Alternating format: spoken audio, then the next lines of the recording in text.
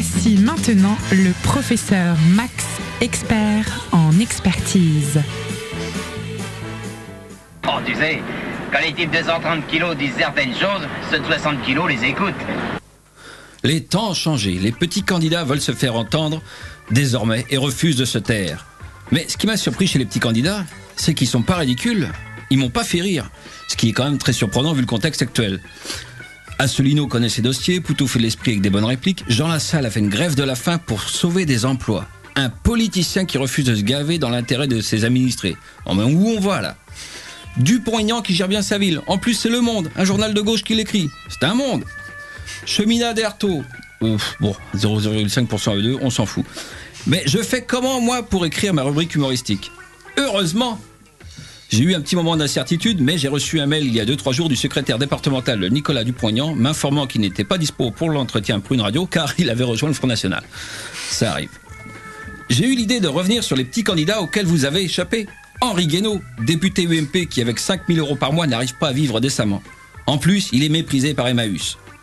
Si vous êtes sensible au triste sort d'Henri Guénaud, envoyez vos dons. C'est Julien Drey du PS qui s'occupe de la collecte. Donnez, donnez-moi. Ah, ils ont dû faire un front républicain. Henri Deléquin. Ah, la révélation de l'année 2017. C'est dommage qu'on ne soit pas à la télé parce qu'il a un visage. Le candidat de la sincérité déconcertante. Je cite. Marine Le Pen est une gauchiste qui s'éclate en boîte de nuit en écoutant de la musique nègre. Elle a transformé le Front National en lupanard pédéraste. La connerie à ce point-là, moi, je dis que ça devient gênant. Eh ouais. Henri Deléquin, lui, n'est pas un métèque, qu'il qualifie d'ailleurs de race congoïde, puisqu'il est de souche guatémaltèque et bretonne, de race Tintin ou congoïde. Henri Deléquin s'est rallié à, devinez qui? François Fillon. Ah, Fillon. Finalement, on se plaint de l'effacement des clivages politiques, mais quand on écoute Henri Deléquin, c'est bien que la droite d'aujourd'hui soit un peu moins la droite d'hier. Pas d'amalgame, Henri Deléquin n'est pas un national-socialiste, il se définit comme national-libéral. Le jour où ils vont inventer le national-nationalisme ou le libéral-libéralisme, on va la sentir passer. Ça existe déjà. Ah oui, c'est vrai. Bruno, Macron. Je peux terminer ma chronique? Déjà que je suis relégué en fin d'émission. Bon, merci. Alors, je suis petit chroniqueur pour... voilà, j'ai appris ça aujourd'hui aussi. Bref, se faire snobber par un mec qui est même pas smicard. Hein. Donc, Bruno Maigret, le comeback. Numéro 2 du Front National, Canal Jean-Marie, devenu félo-poupouchiste. Dixit Le Pen, ancien petit candidat disparu, est revenu subitement hier. Qu'est-ce qu'il a dit, Bruno Maigret? Eh bien, il a appelé à voter, devinez qui? François Fillon. Décidément. Pour construire une carrière politique, contrairement à toute attente, le sexe ne marche pas. Non.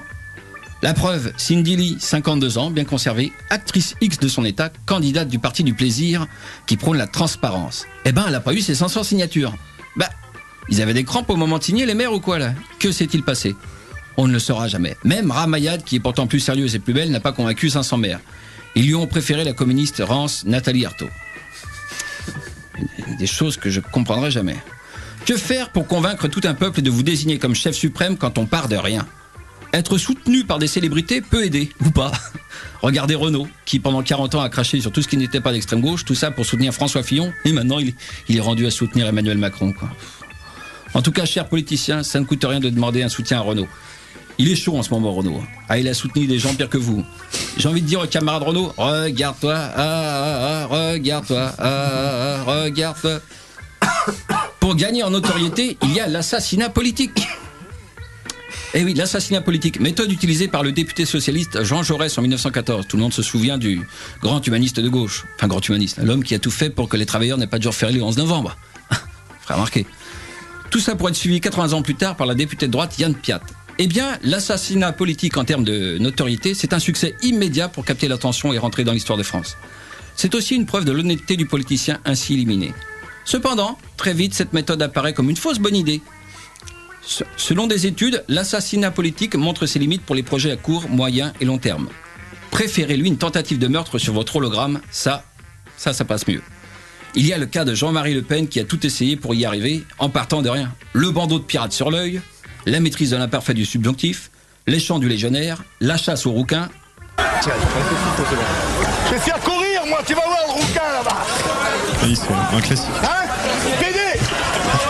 Les amitiés avec d'anciens SS et avec Saddam Hussein, les blagues antisémites et homophobes, l'appel aux divinités. Jeanne! Au secours!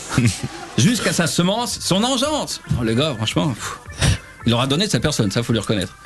Finalement, la solution vient peut-être de Corse et de Martinique, où les partis jacobins et mondialistes ont été chassés du pouvoir par les petits partis locaux régionalistes. La bouteille de rhum et la copa comme guide suprême. Pourquoi pas? Enfin, de vraies valeurs universelles et de vrais programmes en qui on peut avoir confiance.